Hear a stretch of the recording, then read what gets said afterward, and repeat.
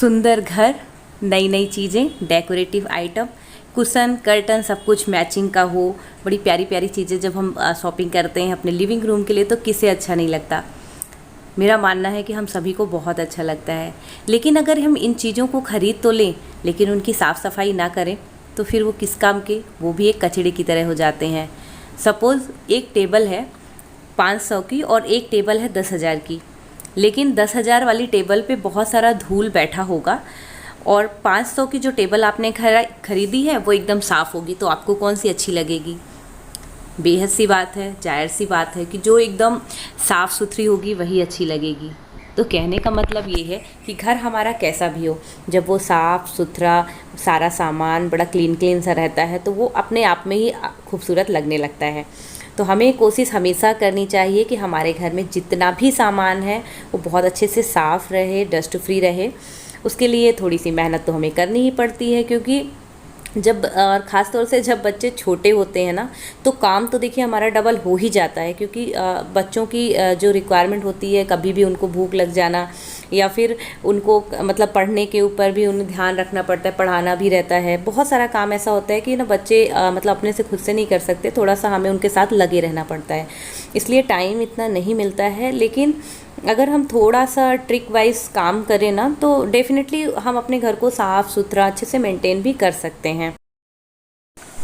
और दोस्तों, आज मैं आप लोग के साथ कुछ टिप्स शेयर करने वाली हूँ। डेफिनेटली वो आपको बहुत हेल्प करेगा कि आपका लिविंग रूम हमेशा साफ़ सुथरा और अच्छा रहे और एक रूटीन भी आपका बन जाएगा। तो टिप नंबर 1, जब भी आप डीप क्लीनिंग का काम करना चाहते हैं तो हमेशा लंच रेडी कर लीजिए पहले, या फिर अगर आप ब्रेकफास्ट के बाद अपना डीप क्लीनिंग का काम स्टार्ट करने वाले हैं तो हमेशा ब्रेकफास्ट जो है वो हैवी बनाइए, ताकि बच्चों को खिला दीजिए, घर में जो है उनको खिला दीजिए और बहुत देर तक उन्हें भूख भी ना लगे, ताकि आप अपना काम आराम से कर पाएँ, क्योंकि डीप क्लीनिंग में 2 से ढाई घंटे लग जाते हैं। टिप नंबर 2, बच्चों को उनके किसी मनपसंद के काम में ज़रूर बिजी कर दीजिए। जैसा कि मैं जब साफ़ सफाई करती हूँ तो मेरी बेटी भी मतलब साफ़ सफाई करना चाहती है, तो मैं उसके ही कुछ टॉय दे देती हूँ उसे साफ़ करने के लिए। जैसा कि अभी वो किचन सेट साफ़ कर रही है तो मैं कभी कुछ भी उसका सामान दे देती हूँ, जैसे कभी अपने किचन के सामान आप क्लीन कर लो, या फिर अपना स्टडी टेबल क्लीन करो, या फिर अपने बुक्स जमा लो, कुछ ना कुछ उसको क्लीनिंग का काम मैं दे देती हूँ। तो देखिए, इससे बच्चों में एक क्लीनिंग हैबिट भी डेवलप होती है और हमें ना थोड़ा सा टाइम भी मिल जाता है, बच्चे परेशान नहीं करते और फिर हम अपने घर की साफ़ सफाई कर सकते हैं।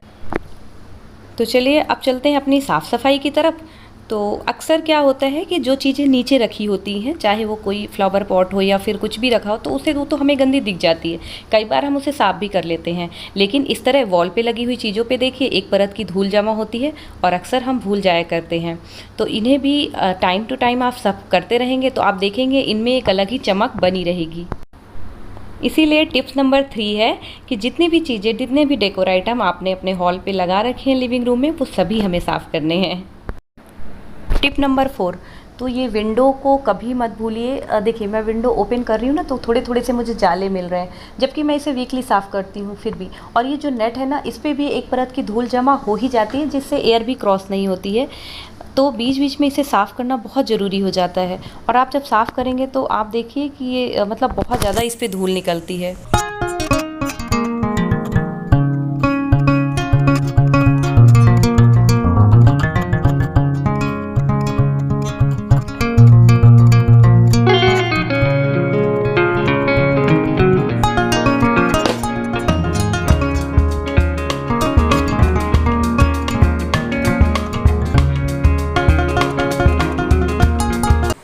टिप नंबर 5, सोफ़ा के कॉर्नर्स पे आप देखेंगे तो धूल जमा होती है सोफ़ा के आसपास, खास तौर से सोफ़ा के पीछे।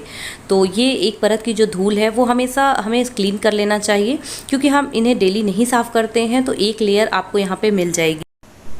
और देखिए, जो सोफ़े का कवर है वो अक्सर आप कितने भी अच्छे से लगा दें पर बिगड़ा हुआ ही मिलता है। जब भी कोई बैठता है थोड़ा बहुत इधर उधर हो ही जाता है, और बच्चे रहते हैं तो खाने पीने की भी आइटम आपको सोफ़े पे, बेड पे मिल ही जाएंगे, वो गिरा के ही खाते हैं। तो देखो, इस तरह से मेरे पास एक क्लीनर है जिससे मैं साफ़ करती हूँ इसे। तो ये बहुत ही अच्छा क्लीनर है, जैसे बेड पे कभी गिरा दिए बच्चे ने या फिर सोफ़े पे गिरा दिया कुछ भी सूखे आइटम, तो इस तरह से ये जो है ब्रश पे आ जाता है। और इस पे एक अच्छी चीज़ ये है कि मतलब डस्ट वगैरह भी, बहुत बारीक डस्ट होती है वो भी इसके अंदर आ जाती है। तो ये एक बहुत ही हैंडी मतलब क्लीनर हो गया। कभी भी आप इसके ऊपर चला दीजिए। खासतौर से तब ये मुझे बहुत अच्छा हेल्प करता है जब तुरंत हम क्लीन करके उठे हुए होते हैं और उसी टाइम बच्चे ने गिरा दिया, तो फिर पूरे में झाड़ू लगाने से अच्छा बस आपको ये ब्रश चलाना है। तो टिप्स नंबर 6 मेरा ये है कि कुछ स्मार्ट क्लीनर आप ज़रूर रखें अपने पास, जो कि आपके समय को भी बचाए और क्लीनिंग भी अच्छी कर दे।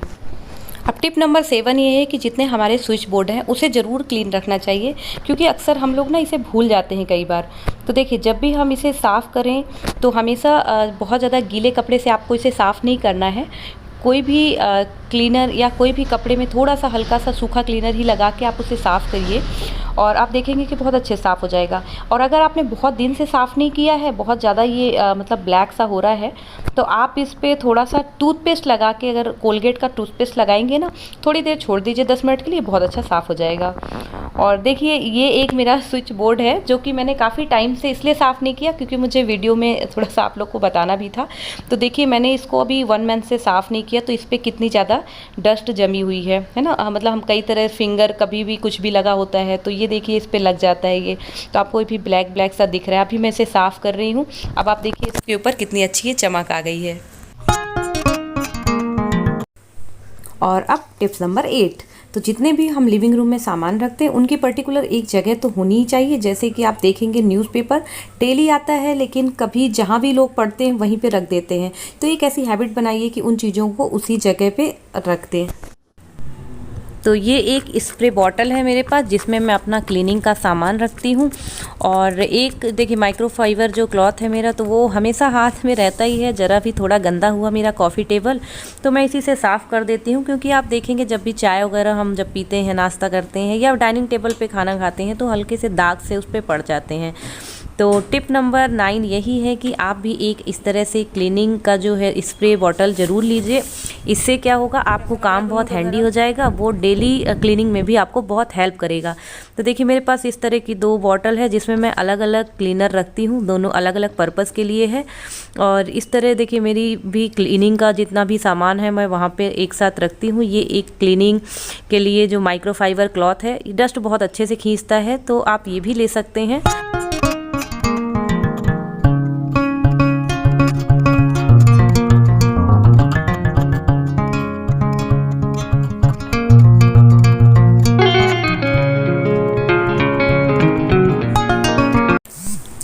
और देखो, कई लोग कमेंट करेंगे कि मैम आप ये वाला जो ब्रूम है क्यों यूज़ करते हो, ये तो जाले झाड़ने की है। तो मैं सच बताऊं तो ये जो झाड़ू है ना, मेरा मल्टीपर्पज़ काम करता है। तो मैं इसी स्टिक ऊपर कर देती हूँ तो जाले झाड़ लेती हूँ। और मुझे ये फ्लोर में भी बहुत अच्छा लगता है क्योंकि ये लाइट वेट है ना, तो मुझे काफ़ी अच्छा लगता है। और जो दूसरे वाले झाड़ू वगैरह आते हैं मेरे को थोड़े से भारी लगते हैं, तो इससे भी काफ़ी अच्छी क्लीनिंग हो जाती है। तो मैं तो बहुत टाइम से यही यूज़ कर रही हूँ। तो देखिए, मैं जो ये पोछा यूज कर रही हूँ वो भी बकेट वाला है, तो ये काफ़ी अच्छा रहता है। हालांकि मुझे ज़्यादा इसके बारे में आप लोगों को बताने की ज़रूरत नहीं है, आजकल सभी जानते हैं इसके बारे में, लेकिन ये बहुत अच्छा होता है। एक्सपीरियंस तो मैं आपसे बता ही सकती हूँ कि ना, कई बार होता है बच्चे पानी गिरा दिए, कुछ भी, हमें दोबारा पोछा लगाना पड़ता है, तब तो बड़ी गुस्सा सी आती है कि बार बार हाथ गंदे करने पड़ रहे हैं। तब ये बहुत हेल्प कर देता है और डेली क्लीनिंग में भी बहुत हेल्प करता है क्योंकि कम टाइम लगता है। और इसके साथ देखिए बकेट में जो होता है तो एक तरफ पानी का रहता है, दूसरी तरफ ड्रेन करने के लिए भी रहता है।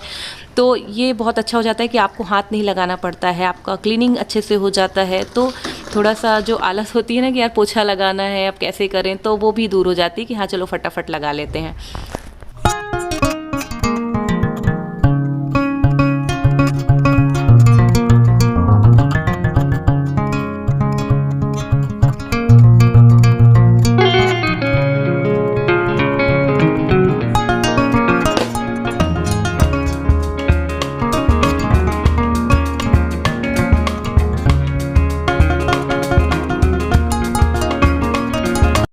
और दोस्तों, सबसे इम्पॉर्टेंट है टिप नंबर 10, जो कि अक्सर भूल जाते हैं। जब सारी क्लीनिंग करते हैं ना, तो हम इतना थक जाते हैं कि मुस्कुराना भूल जाते हैं। तो कीप स्माइलिंग, हमेशा मुस्कुराते रहिए, क्योंकि एक सुंदर से घर में एक अच्छी सी मुस्कुराहट बहुत ज़रूरी है। वो हमारे घर को और भी सुंदर बनाती है।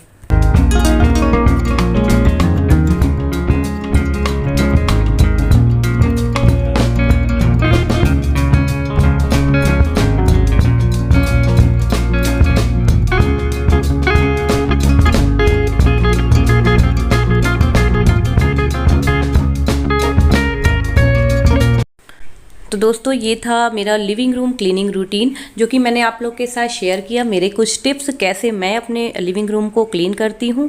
और देखिए सारी चीज़ें जब अच्छे से साफ़ हो जाती हैं ना, सारे डेकोर पीस पूरा रूम बढ़िया से, तो इतना अच्छा लगता है। आप बैठिए तो बड़ा ही मतलब आपको बहुत अच्छा लगेगा।